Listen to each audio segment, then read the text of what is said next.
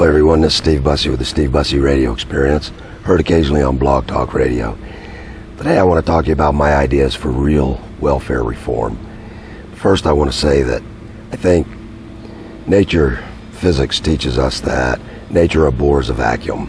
Whenever a vacuum is created, it's going to be filled with something.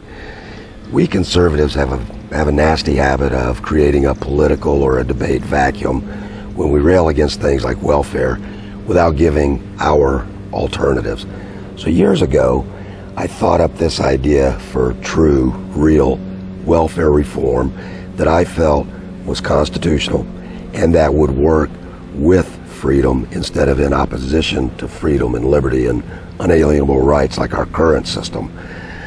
This morning, I was doing my daily reading in my Bible, and I was reading 1 Timothy, and I realized that the welfare reform idea I came up with years ago was actually biblical. Now, I don't remember learning this particular scripture as a child, but I imagine it's possible.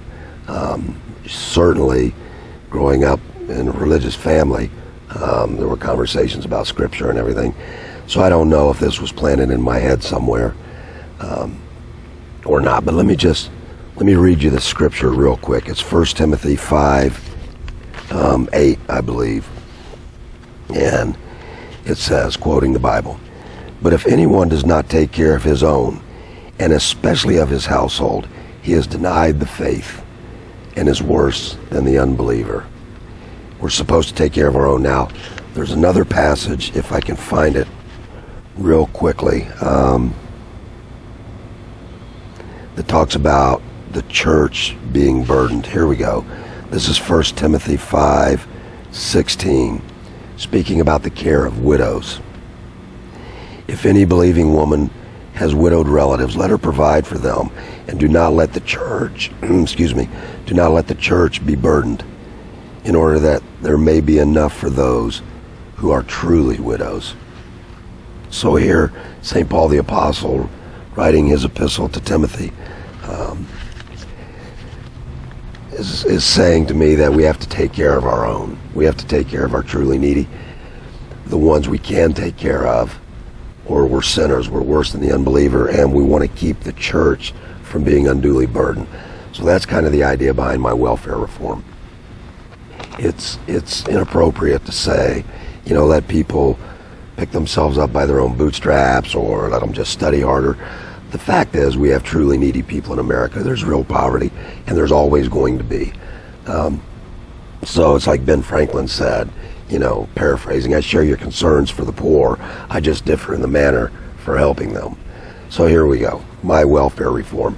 First of all, we end today all federal welfare and Medicaid, just end every program. And I mean HUD housing, rent and utility subsidies, direct payments, Medicaid for going to the doctor and hospitals and all of it. You just end it all.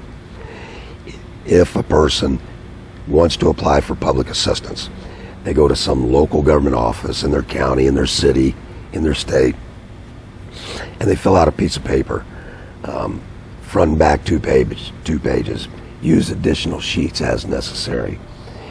And they put down what their circumstances are and the amount they think is their financial need. Excuse me. But then, and here's the key part that goes to 1 Timothy in the Bible, they write down all of their adult living relatives and any information they have on them, names, dates of birth, last known addresses, telephone numbers, etc. They write down their living grandparents, parents, adult siblings, adult children, aunts and uncles, nieces and nephews, cousins. They write them all down, and they turn them into this government official, and then the government, at the state level, the federal government has nothing to do with this, it's all at the state level. The government breaks those family members down into tiers. Tier 1 being immediate family, adult children, spouse, adult siblings, adult parents, and calculates the amount of discretionary spending available to these relatives. How much money do they have? How much can they help provide the requested assistance to their relative? If there's not enough of those people or enough money among those people. Then you go to tier 2. You go to grandparents, aunts and uncles. That's tier 2.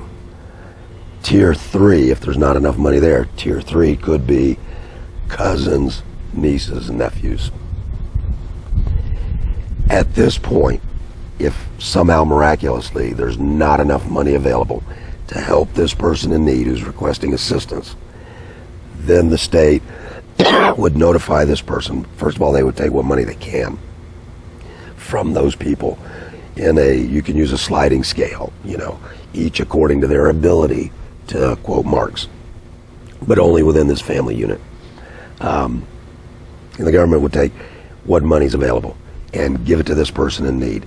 And then if there's not enough, the government would give this person in need names, addresses, phone numbers of points of contact at local churches, food banks, charities, fraternal organizations in this person's area. And those groups and organizations, having been previously brought into this plan, would help provide transportation and communication to come down to their organization and apply for assistance. After all of this, if there's still a need, then and only then would the state get involved using general tax revenue. After all these means are exhausted, I think what's significant in the welfare debate is that we forget, before we get to the level of the federal government providing assistance, we have all these tiers to go through that we no longer go through. Family members, immediate and extended family members, churches, charities, fraternal organizations, the county, the city, the state, before you ever get to a federal need. But anyway, that's my plan for true welfare reform. That's you with the Steve Bussey Radio Experience from Blog Talk Radio. Thanks for listening to my ideas on welfare reform today, and I'll see you next time.